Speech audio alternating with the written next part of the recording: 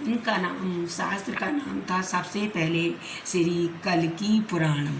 अब जो उन्होंने महिष वेद द्वारा रचित सरिच हिंदी में और अंग्रेजी में संस्कृत में 3 नाम के भाषाओं में अपनी कल्की पुराणम लिखा था।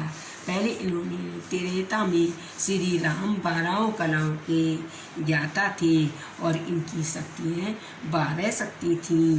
भगवान राम जो हैं इनके नाम से अवतरित हुए थे त्रेता में, और द्वापर में सबसे पहले श्री विष्णु महाविष्णु पुराणों में इनकी कथाएं लिखी गई थीं। इस प्रकार से महाविष्णु भगवान की क्या पहचान है, वो उल्टे हाथ में सीधे हाथ में चक्र लिए हैं और उल्टे हाथ, और वो थोड़ी सहन के रूप में उनका जो फोटो है वो सही लेते हुए फोटो उनकी ये पहचान है।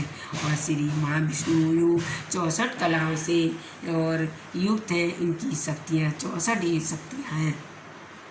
इस प्रकार से इनकी 64 शक्तियों की कलाओं के बारे में महाविष्णु पुराण में लिखी गई हैं।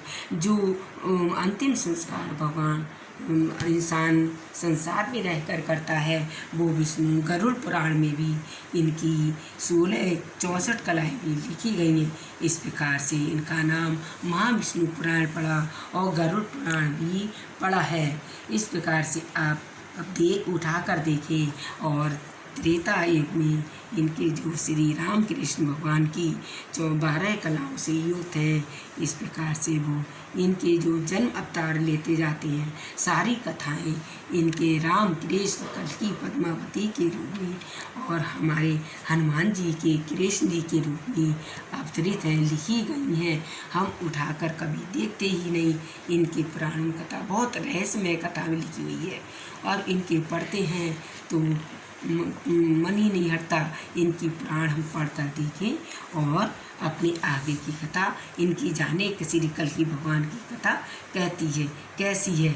इसीलिए राम अवतार में भी इन्होंने त्रिकुट पर्वत पर श्री कल्की भगवान को तप कर रही हैं और माँ वैष्णवी माता के नाम से जानी जाती हैं।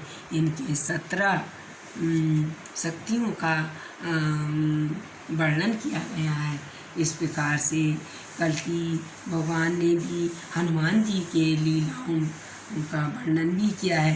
सिर्फ हनुमान जी इनके गुरु थे, और जो श्री भगवान हनुमान बाबा के नाम से आजकल जाने जाते हैं। इस प्रकार श्री हमारे कल्की भगवान नाम से अवतरित होंगे और कलयुग में अवतार लेंगे। इस तरह से हमने आपकी इनकी 64 कलाएँ होंगी जो कल्की भगवान कलयुग के रूप में अवतार लेंगे। उनकी 64 कलाएँ होंगी, और माँ विष्णु अंतिम उनका प्रमुख 10वां अध्याय होगा। इस प्रकार से श्री कल्की भगवान की पहचान क्या है, वो तलवार है, और इनकी सवारी घोड़े की सवारी है। वो उस पर सवार होकर तलवार होकर डरते हैं और कहते हैं मेरे कलयुग में अवतार होगा। बोलो कल्की भगवान की।